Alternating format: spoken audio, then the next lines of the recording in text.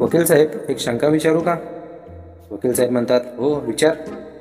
सरकारमान्य दारू दुकानातून दारू खरेदी केली आणि जर ती प्यायला पत्नीने विरोध केला तर सरकारी कामात अडथळा आणला असं कलम लावून तिला आत टाकता येईल का? साहेबांनी डायरेक्ट मिठीच मारली. वकील बोलला, कुठं शिकला भावा हे सगळं? वकील, तलाक करवाने के 50,000 रुपये लगेंगे. पति, पागल हो क्या? पंडित जी ने 1100 रुपये में शादी करवाई थी. वकील, देख लिया ना सस्ते काम का नतीजा.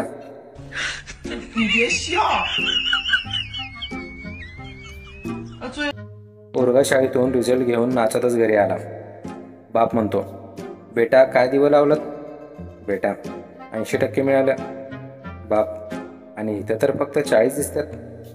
बेटा, तो मास्तर म्हणे आधार कार्ड लिंक झाले की मग बाकीचे सबसिडीमध्ये जमा होतील. बापाने जाम चोपला.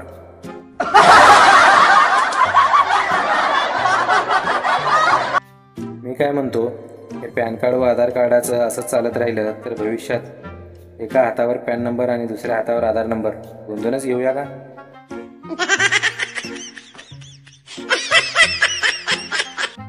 काल रात्री बसल्या बसल्या दारू पिताना विचार केला की दारू पिणं बंद करायला हवं.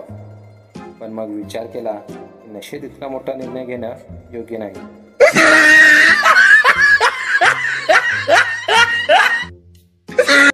अपमान करण्याची नवीन स्टाईल. मुलगा, आय लव्ह यू. मुलगी, थोबाड बघितला आहे का आरशात स्वतःचं? मुलगा, बेकार दिसतो म्हणून तर तुझ्याकडे आलो, नाहीतर जगात तुझ्यापेक्षा सुंदर आणि गुणी मुलींची कमी नाही.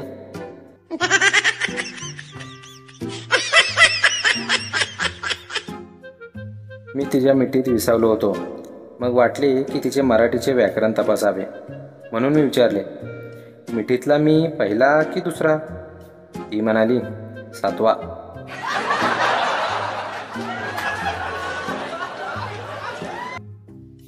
ATM मधून 200 रुपये निघताना इतका खटखट आवाज होतो की असं वाटतं की चुकून 4-5 हजार निघतात की काय.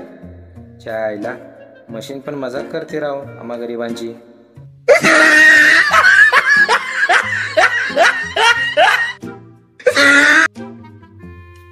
LIC एजंट या दहशतवाद्यांपेक्षा कमी नाहीत.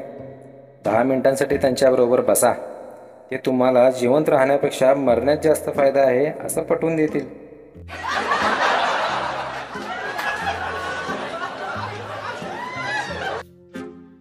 मॅडम, का रे बंड्या, शाळेत यायला एवढा उशीर का?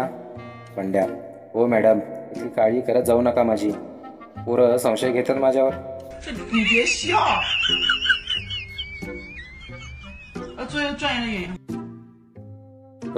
स्वतःचा अभिमान केव्हा वाटतो?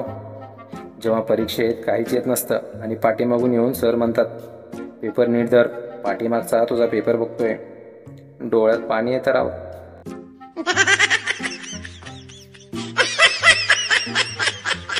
अध्यापक, आजकाल इंटरनेटवर जी अश्लीलता दाखवतात त्याकडे तुम्ही कसे बघता? बंड्या, शक्यतो HD मध्ये. गुरुजींनी बंड्याला पेनड्राईव्ह दिला. प्रत्येक वेळेस मारलेच पाहिजे असं कुठेच लिहिलेलं नाही.